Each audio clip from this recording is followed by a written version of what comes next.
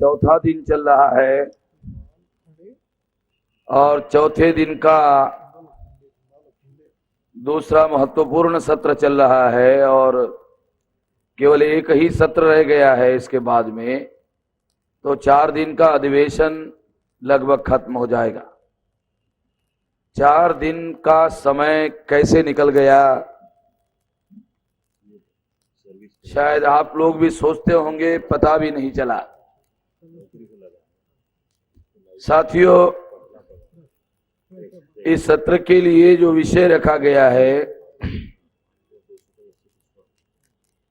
वो विषय बहुत महत्वपूर्ण विषय है।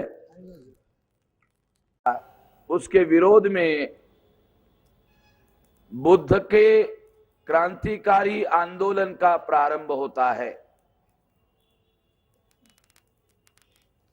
बुद्ध इसके विरोध में क्रांतिकारी आंदोलन चलाते हैं, वैचारिक आंदोलन चलाते हैं और जो भी वैचारिक आंदोलन उन्होंने चलाया उसके बारे में इसके पहले भी मेरे बहुत सारी बातें प्रशिक्षण में और ट्रेनिंग में भी बहुत विस्तार से हमने ये बातें बताई है। तो ये जो भी क्रांतिकारी वैचारिक आंदोलन बुद्ध ने चलाया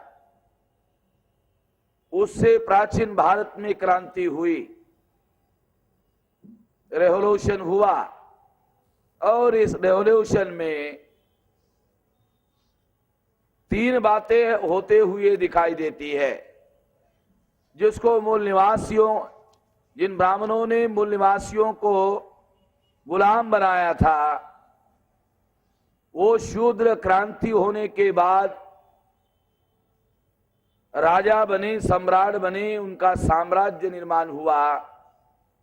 मौर्य साम्राज्य शूद्रों का साम्राज्य था ब्राह्मणों के दृष्टि से। हमारे दृष्टि से ये मूल निवासियों का साम्राज्य था, मगर क्रांति से जिनको ब्राह्मणों ने शूद्र बनाया था उनका साम्राज्य निर्माण हुआ। औरतों को, ब्राह्मणों ने सभी औरतों को वर्ण व्यवस्था में शूद्र घोषित किया था। उन औरतों को, महिलाओं को बुद्ध की क्रांति ने स्वतंत्र घोषित किया। ये दूसरी बहुत बड़ी क्रांति का दूसरा बहुत बड़ा परिणाम था। तीसरा बहुत बड़ा परिणाम यह था कि बुद्ध कोई भी बात तर्क और दलील के बगैर नहीं करते थे और इसलिए तर्क और दलील का बांध में इतना विकास हुआ कि इससे ज्ञान और विज्ञान का निर्माण हुआ। और ज्ञान और विज्ञान का विकास इतना ज्यादा हुआ कि उस समय नालंदा, तक्षशिला, विक्रमशिला इतने महान महान विश्वविद्यालय भारत में थे। आपको सुनकर हैरानी हो जाएगी कि नालंदा विश्वविद्यालय, जिसमें एक साथ 60,000 विद्यार्थी पढ़ा करते थे और उनका रेसिडेंशियल कैंप 60,000 विद्यार्थियों का था। विदेश से भी लोग वहां पढ़ने के लिए आया करते थे। तो ये ज्ञान और विज्ञान का विकास हुआ और महान विश्वविद्यालयों का निर्माण हुआ। बुद्ध के क्रांति का यह परिणाम हुआ। इस क्रांति को ब्राह्मणों ने स्वीकार नहीं किया, बल्कि ब्राह्मणों ने इस क्रांति का विनाश करने की गुप्त योजना बनाई और इस गुप्त योजना के तहत ब्राह्मणों ने भिक्षु संघ में घुसपैठ की। ये घुसपैठ कितनी बड़ी घुसपैठ थी, इसका ऐतिहासिक उदाहरण अशोका के समय में जब भिक्षुओं की तीसरी संगीति हुई तो अशोका ने 60,000 ब्राह्मणों को भिक्षु संघ से निकाल कर बाहर किया।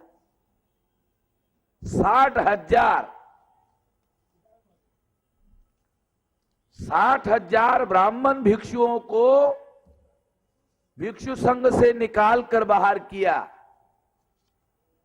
अगर 60,000 को निकालने का फैसला किया तो उससे 2-4 गुना और अंदर होंगे, तभी ना 60,000 को निकाला, अन्यथा कैसे निकालना संभव था। सही बात। इतिहास का उदाहरण है कि अशोका ने तीसरी संगति में 60,000 जो ब्राह्मण वेश धारण किए हुए भिक्षु, 60,000 भिक्षुओं को बाहर किया। ये इस बात का सबूत है, हिस्टोरिकल सबूत है कि ब्राह्मणों ने भिक्षु संघ में इन्फिल्ट्रेशन किया था। इन्फिल्ट्रेशन करने के पीछे मकसद था कि बुद्धा ने भिक्षु संघ को आधार बनाया था, जिसके द्वारा यह क्रांति हुई। और इसलिए उस मूल साधन को ही ब्राह्मणों ने योजना बनाई कि उसके अंदर घुसा जाए और अंदर से घुसकर उसको समाप्त कर दिया जाए। ब्राह्मण अंदर घुसे, उन्होंने भिक्षु संघ को विभाजित किया, वैचारिक संभ्रम निर्माण किया, बुद्ध के विचार में मिलावट करने की कोशिश की। मिलावट करने के लिए ब्राह्मणों ने जो बुद्ध ने भिक्षु संघ का संगठन बनाया था, उसका संविधान था, उस संविधान का नाम था विनय पिटक। विनय पिटक में बुद्ध ने एक महत्वपूर्ण नियम बनाया था कि कोई भी भिक्षु प्रचार प्रसार करने में संस्कृत भाषा का उपयोग नहीं करेगा। बुद्ध ने नियम बनाया था, लिखे कि संस्कृत भाषा में प्रचार नहीं होगा, लोक भाषा में, लोग जिस भाषा में बोलते हैं, लोग जिस भाषा को समझते हैं, उस भाषा में प्रचार प्रसार किया जाएगा। तो बुद्ध के मृत्यु के बाद एक ब्राह्मण भिक्षु संघ का प्रमुख बना और उसने इस नियम को बदल दिया कि यदा कदा अगर संस्कृत में कोई बात करता है तो इसे अपवाद स्वरूप मान लिया जाए, इसके गुनानाक माना जाए। यानी थोड़ा सा खिड़की खोला, ये थोड़ा खिड़की खोलने की वजह से परिणाम ये हुआ कि ब्राह्मणों ने संस्कृत भाषा का उपयोग करके बुद्ध की जो मौलिक परिवर्तनकारी और क्रांतिकारी जो विचारधारा थी, उस विचारधारा में मिलावट करने के लिए इसका उन्होंने भी उपयोग किया। ब्राह्मणों ने घुसपैठ करके भिक्षु संघ का विभाजन करवाया और इसी से हीनयान, महायान, वज्रयान, तंत्रयान टुकड़े हुए, टुकड़े किए गए, योजना बनाकर टुकड़े किए गए। इतिहास है, जब क्रांतिकारी विचारधारा में मिलावट किया गया और जब बाबा साहब आम्बेडकर ने ग्रंथ लिखने के लिए लिया और पाली साहित्य का अध्ययन किया, तो बाबा साहब आम्बेडकर के सामने संकट खड़ा हुआ कि आखिरकार इसमें बुद्ध का वचन कौन सा है और कौन सा वचन बुद्ध का नहीं है। तो इसलिए बाबा साहब आम्बेडकर को चॉइस करने के लिए उसमें कुछ कसौटियां निर्धारित करनी पड़ी कि जो चीज तर्क के आधार पर टिकती नहीं है वो बुद्ध की नहीं हो सकती। इसके आधार पर बहुत सी बातों को बाबा साहब आम्बेडकर ने वो बुद्ध का नहीं है ऐसा उन्होंने कहा कि ये बुद्ध की बात नहीं है, मानने से इनकार कर दिया। और इस तरह से ये प्रमाणित किया कि बाबा साहब आम्बेडकर के विचार, बुद्ध की विचारधारा में ब्राह्मणों ने अंदर घुसकर मिलावट करने का प्रयास किया। साथियों, मैं आपको उदाहरण देकर कहना चाहूंगा कि अगर 1000 मतलब 1 लीटर की जीवनदायी दवा है, दवा 1 लीटर की जीवनदायी दवा है, जो दवा लेने से जीवन मिलता है, जो रोगी है उसको जीवन दान मिलता है, 1 लीटर है, उसमें 1 बूंद अगर जहर का डालो, 1000 मिलीग्राम 1 लीटर है, मगर उसमें 1 मिलीग्राम अगर जहर डालो 1000 मिलीग्राम में, तो असर दवा का खत्म हो जाता है और असर केवल जहर का बचा रहता है। तो उसी तरह से विचारधारा में जब मिलावट हुई तो बुद्ध की जो क्रांतिकारी विचारधारा थी उसका प्रभाव धीरे धीरे खत्म हुआ और विचारधारा में मिलावट होने से जो लोग थे उनके अंदर विचार के आधार पर विभ्रम संभ्रम पैदा हुआ। ये संभ्रम पैदा करना ताकि लोग जो है आपस में विभाजित हो जाए, नहीं नहीं ये है, कुछ लोग कहेंगे ये है बुद्ध का, दूसरा बोलेंगे नहीं नहीं ये नहीं है, यानी लोगों में ही आपस में लड़ाई हो जाए, ऐसा योजना बनाकर ब्राह्मणों ने प्लान किया। ऐसा करने मात्र से भी मामला उनका पूरा सफल नहीं हुआ, क्योंकि वह जानते थे कि बुद्ध की विचारधारा केवल भिक्षु संघ में ही नहीं है, बल्कि उसको मौर्य साम्राज्य में राजाश्रय भी मिला हुआ है। तो केवल भिक्षु संघ को खत्म करने से मामला पूरा नहीं होगा। उन्होंने मौर्य साम्राज्य में भी इन्फिल्ट्रेशन किया। आपको हैरानी होगी, बुद्ध का अशोका का महाप्रतापी पुत्र कुणाल, ब्राह्मण प्रशासकों ने अशोका को उसके विरोध में भड़काया। अशोका ने आदेश दिया कि कुणाल को हाजिर किया जाए। ब्राह्मणों ने जो अशोका ने आदेश निकाला उस आदेश में अपने से कुछ ऐड कर दिया। उसने आदेश निकाला हाजिर किया जाए। ब्राह्मणों ने लिखा आंखें निकाल कर हाजिर किया जाए। जैसे हमारे महाराष्ट्र में पेशवाओं में ध का मां हो गया, पेशवा ने आदेश निकाला धरो नानावे, तो ध को निकाल दिया, उसमें मां डाल दिया मारू नानावे। तो हमारे महाराष्ट्र में एक बड़ा ध का मां हुआ। एक बड़ा सारा हम लोगों को बच्चों को कहानी पढ़ाते थे, ध का मां हो गया। धरू नानावे यानी पकड़ कर लाओ, तो उसमें उन्होंने ध निकाल दिया, मां डाल दिया, तो वो हो गया मारो नानावे यानी मार कर लाओ। उसी तरह से कुणाल को हाजिर किया जाए दरबार में। जैसे मुगल साम्राज्य में भी अकबर ने जहांगीर को दरबार में हाजिर किया जाए आदेश दिया था, उसको हाजिर करवाया गया था। मुगल आजम फिल्म में देखो आप, तो उसको उसकी आंखें निकाल कर लाई गई, क्योंकि ब्राह्मण जानते थे कि अगर कुणाल जो अशोका का महाप्रतापी पुत्र है, जो पुत्र महाप्रतापी होता है उसका 2-4 पीढ़ियों तक असर पड़ता है, फिर उसको काबू करना मुश्किल हो जाता है।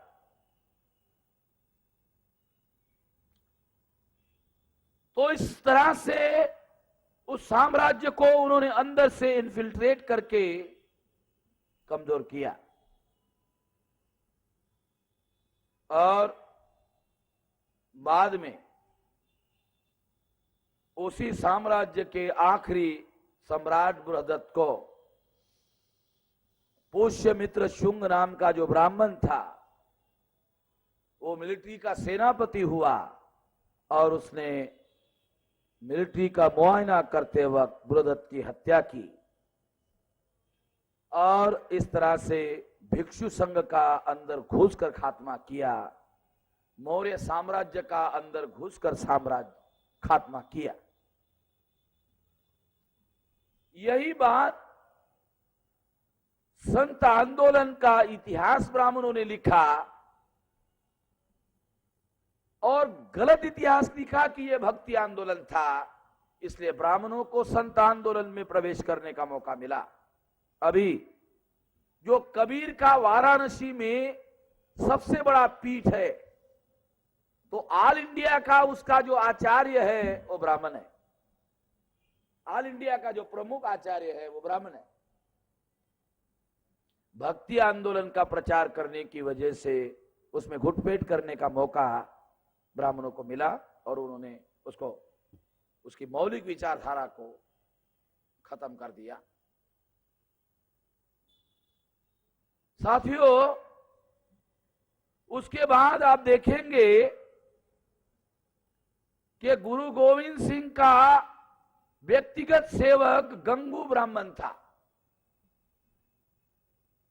गुरु गोविंद सिंह ने लड़ाई की वजह से अपने बच्चों को गंगू ब्राह्मण को लाखों रुपया दिया और कहा, जाओ ये गुरु के बच्चे हैं, इनका पालन पोषण करो। गंगू ब्राह्मण अनपढ़ था, वो सीधा बच्चों को लेकर पंजाब के नवाब के पास पहुंच गया, कहा ये गुरु गोविंद सिंह के बच्चे हैं, इसको मार दो। अनपढ़ था। ब्राह्मणों का अनपढ़ भी साले हमारे ग्रेजुएट के बराबर होता है भाई।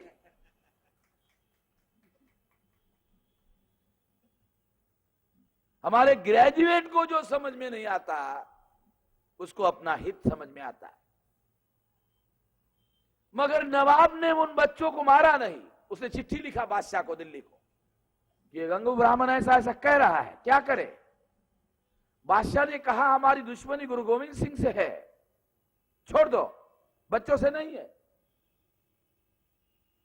चिट्ठी का जवाब आने के बाद नवाब ने गंगू ब्राह्मण को कहा कि बादशाह तो ऐसे कह रहा है।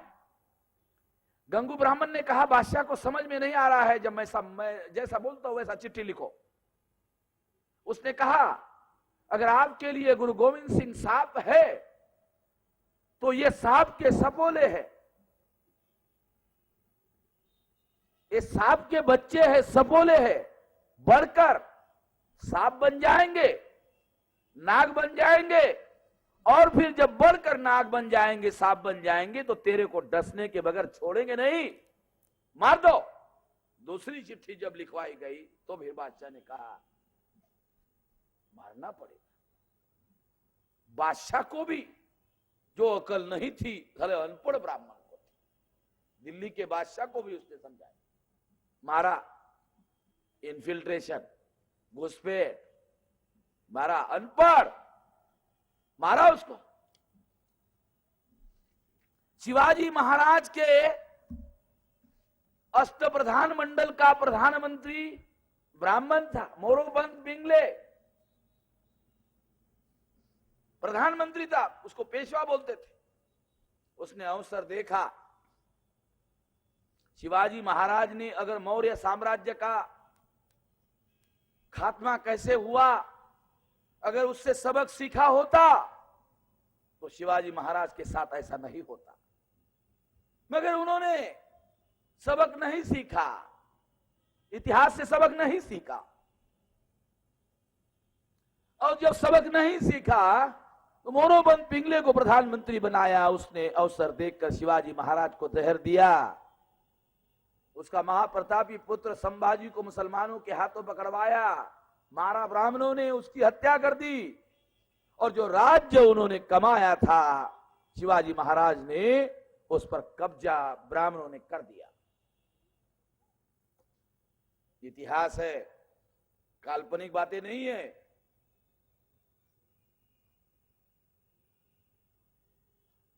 फिर बाद में ज्योतिराव फुले का जो सत्यशोधक आंदोलन था, तो पूना के ब्राह्मणों ने बाबा आड़ाव को सामने रखकर और पर्दे के पीछे ब्राह्मण अपने हाथ में रखने की कोशिश करते रहे और इस आंदोलन की व्याख्या करते रहे, इस आंदोलन को टेक ओवर करते रहे। ये उदाहरण भी समाजवादी ब्राह्मणों के द्वारा महाराष्ट्र में चलता रहा, ये उदाहरण भी हमारे सामने है। बाबा साहब अंबेडकर ने सविता नाम की ब्राह्मण औरत से शादी की,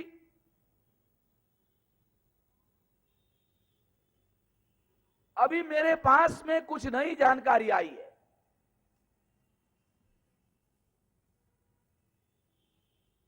दो जानकारी बहुत खतरनाक है। जब बाबा साहब का मृत्यु हुआ तो उनकी डेड बॉडी दिल्ली से एयर में बिठाकर बॉम्बे ले जाई गई। जब एयरपोर्ट से उनकी डेड बॉडी लेके जा रहे थे तो एक गाड़ी में दादा साहब गायकवाड़, वामनराव गोडबोले और माई साहब और एक आदमी शेड्यूल कास्ट फेडरेशन के नेता, शायद राजभोज, शायद राजभोज रहे होंगे, वो उनके गाड़ी में थे। सविता अंबेडकर की ब्राह्मण जाति की औरत थी। उसने दादा साहब गायकवाड़ को कहा, वामनराव गोडबोले ने अपने किताब में लिखा, वो उस गाड़ी में बैठा था। क्या कहा सविता अंबेडकर ने कि दादा साहब, बाबा साहब को आग लगाने के पहले शेड्यूल कास्ट फेडरेशन की ऑल इंडिया की वर्किंग कमेटी की मीटिंग बुलाओ और मुझे अध्यक्ष बनाओ, फिर बाबा साहब अंबेडकर के डेड बॉडी को आग लगाओ।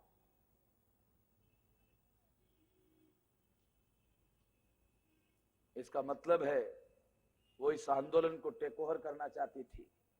दादा साहब होशियार आदमी थे। दादा साहब ने उसकी बात को नहीं माना और डेड बॉडी को आग लगाने के बाद सविता अंबेडकर के खिलाफ में ऐसा कैंपेन चलाया, नेहरू को लेटर लिखा कि जांच किया जाए कि ये बाबा साहब अंबेडकर का मृत्यु कैसे हुआ। नेहरू को जांच करनी पड़ी। ये बात अलग है कि वो रिपोर्ट जो है अभी तक पब्लिश नहीं किया गया।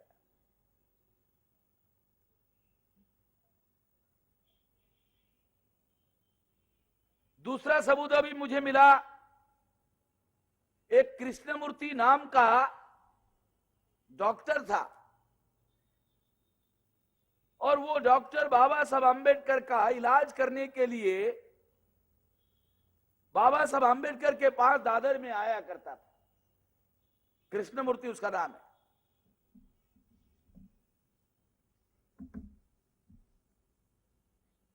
तो बाबा साहब अंबेडकर की ये जो बीवी सविता अंबेडकर है, वो उस डॉक्टर को इतनी परेशान करती थी कि उसने दुखी होकर 2 लेटर रिटर्न अपने हस्ताक्षर में बाबा साहब अंबेडकर को लिखे। उसने उसमें लिखा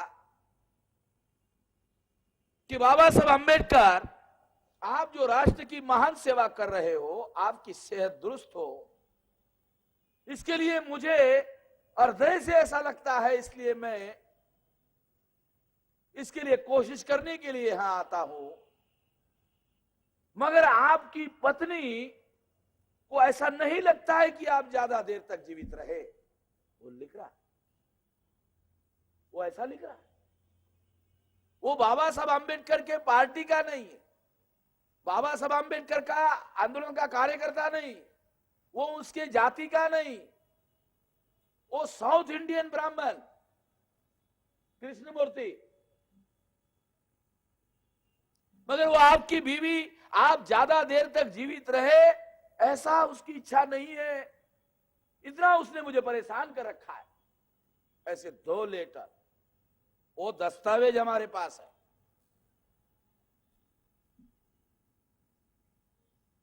बाबा साहब अंबेडकर इस बात से सतर्क थे। वो भंडारा में जब चुनाव लड़ने के लिए गए, हरिभाव बहुत महत्वपूर्ण बात है, तो एक कार्यकर्ता मीटिंग में उठकर खड़ा हो गया और बाबा साहब अंबेडकर को सवाल पूछा कि आपने ब्राह्मण लड़की के साथ शादी क्यों की। बाबा साहब ने कहा, उसको बैठने के लिए कहा, बैठो, और उसको कहा, ये मीटिंग समाप्त होने के बाद तू मुझे अकेले में मिलना। वो अकेले में बाबा साहब अंबेडकर को मिलने के लिए गया बाबा साहब अम्बेडकर ने उसको क्या कहा? बाबा साहब अम्बेडकर ने उसको कहा कि तुम जाकर लोगों को बताओ कि मैं जो लोगों को करने के लिए बोलता हूं उन सारी बातों का अनुसरण करने का, मगर मैंने ब्राह्मण लड़की के साथ शादी की इस बात का अनुकरण नहीं करने का। दूसरे लोग इस बात का अनुकरण ना करें, इसका अनुसरण ना करें, ये बात जाकर तुम लोगों को बताओ। जाओ लोगों को बताओ।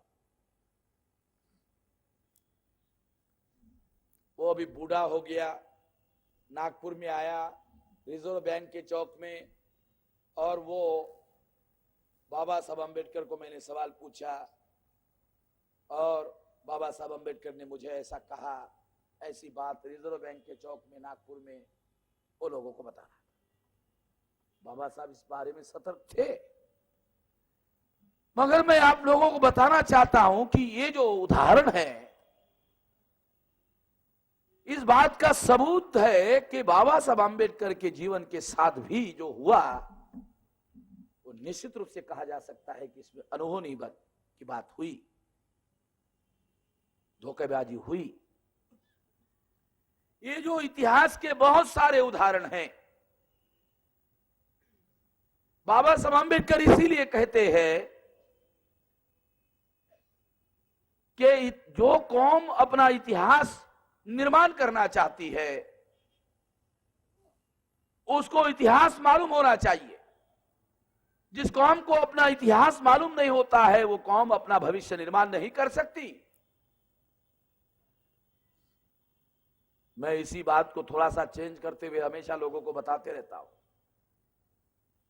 जो कौम इतिहास से सबक नहीं लेते, इतिहास उसको सबक सिखाता है।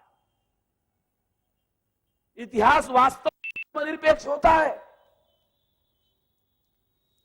अगर तुमने इतिहास का सबक नहीं सीखा, अगर तुम हिंदू हो, अगर तुम मुसलमान हो, तुम हिंदू हो 5 बार आरती करते हो, तुम मुसलमान हो 5 बार नमाज पढ़ते हो, मगर इतिहास का सबक नहीं सीखते हो, इतिहास तुमको छोड़ने वाला नहीं। इतिहास इलेक्ट्रिक की करंट की तरह होता है।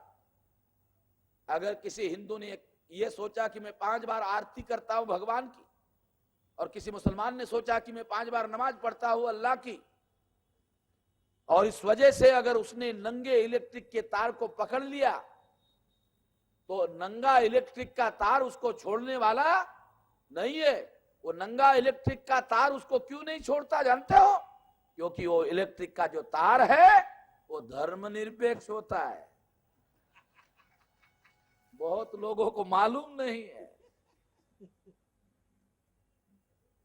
वो धर्मनिरपेक्ष होता है। अरे हम तो साला पाखंडी धर्मनिरपेक्ष लोग होते हैं, तो पाखंड करते रहते हैं, वो छोड़ता नहीं है। और इसी तरह से इतिहास, जो लोग इतिहास से सबक नहीं सीखते, इतिहास कोई किसी को भी, वो किसी जाति का, धर्म का, पंथ का, वंश का, रंग का, काला हो गोरा हो, किसी को भी नहीं छोड़ता जो इतिहास से सबक नहीं सीखता। अभी इधर उत्तर भारत में, इधर आपके बिहार में इसी ग्राउंड पर, इसी मंच पर एक संकल्प रैली हो गई। रमाकांत जी को मालूम होगा, इंदर सिंह को मालूम है क्या रैली हुआ? संकल्प रैली। क्या क्या संकल्प किया? संकल्प किया रैली में हमारा नेता ने, ब्राह्मण को रिजर्वेशन दे के रहूंगा। साला क्या संकल्प है भाई, ये ना, यही संकल्प उनका, उसका भी वही संकल्प, उसका भी वही संकल्प, दोनों का संकल्प। ये बिहार थोड़ा सा आगे 2-4 घंटा आगे चलो, मुगल सराय आता है, साला यूपी लग जाता है। यूपी में क्या हो रहा है? हाथी नहीं गणेश है, ब्रह्मा विष्णु महेश है। अरे भाई, वो ब्राह्मण को कहना चाहिए उसको कहना चाहिए। हमारे लोग कह रहे, क्या कह रहे? हाथी नहीं गणेश है, ब्रह्मा विष्णु महेश है। अरे ये ब्राह्मण को कहना चाहिए भाई, ब्राह्मण नहीं कह रहा है। हमारे लोग कह रहे हाथी नहीं गणेश है, ब्रह्मा विष्णु महेश है। इससे क्या होगा? आंदोलन का ब्राह्मणाइजेशन हो जाएगा। अगर आंदोलन का ब्राह्मणाइजेशन हो गया तो बाबा साहब की विचारधारा हट जाएगी, काशीराम जी की विचारधारा हट जाएगी। अगर दोनों की विचारधारा हट गई तो ideology is the foundation base of the organisation. Ideology is the base of the foundation of the आंदोलन। किसी आंदोलन का बेस विचारधारा होती है। अगर आपने विचारधारा को खत्म कर दिया, वो आंदोलन ज्यादा देर खड़ा रहने वाला नहीं है। ध्यान रखना, मैं यहां से रिकॉर्ड कर रहा हूं इसको वीडियो में, तो फिर लिख लेना, उसकी जड़ें खत्म हो जाएगी। ये चर्चा हम लोग, इस विषय को ये विषय को हम लोग विरोध करने के लिए नहीं चर्चा कर रहे हैं, हमारे लोगों को सतर्क करने के लिए, विजिलेंट करने के लिए कि सावधान हो जाओ। ये कोई आज की बात नहीं है, इतिहास की बात है, और बड़े बड़े सुरमाओं को उन्होंने नहीं छोड़ा। ब्राह्मण का एक चरित्र होता है, वो चरित्र सांप की तरह होता है। सांप जब चूहे के बिल में घुस जाता है तो चूहे को तो पहले खाता है और उसके बिल को अपना घर बनाता है। घर उसका नहीं है, दूसरे के घर पर कब्जा कर लेता है। ये उसका स्वभाव है, ये उसका चरित्र है, ये उसका जीन है, जीन, ये उसका डीएनए है। ये चेंज नहीं होता, इसमें परिवर्तन नहीं होता। अगर सांप को दूध पिलाओ तो क्या वो डसने का काम छोड़ देगा? छोड़ देगा? अरे डसना तो उसका स्वभाव है, वो छोड़ेगा थोड़ी, वो छोड़ने वाला नहीं है। वो नारा लगा रहा है, हमारे लोग लगा रहे। मूर्खता की भी हद होनी चाहिए। सारा आंदोलन तबाह हो जाएगा, खत्म हो जाएगा। हाथी नहीं गणेश है, ब्रह्मा विष्णु महेश है। अरे इतना ही नहीं, और दूसरा नारा लगाया, क्या लगाया? ब्राह्मण शंख बजाएगा, हाथी चलता जाएगा। यानी हाथी कब चलेगा? ब्राह्मण बोल रहा है, क्या बोल रहा है? कब चलेगा हाथी? जब हम शंख बजाएंगे तो हाथी चलेगा। इसका मीनिंग जो है, ये ध्यान रखना, ये अर्थ समझने की बात है। क्या कहता है वो? पहले स्टेज पर आता, फिर शंख बजाता, बजाने के बाद कहता, क्या कहता है? ब्राह्मण शंख बजाएगा, फिर हाथी चल जाएगा। क्या कहता है? चलता जाएगा। अरे भाई, चलता चलता चलता हो जाएगा, पता नहीं चलेगा। चलता हो जाएगा साला, चलते चलते पता ही नहीं चलेगा।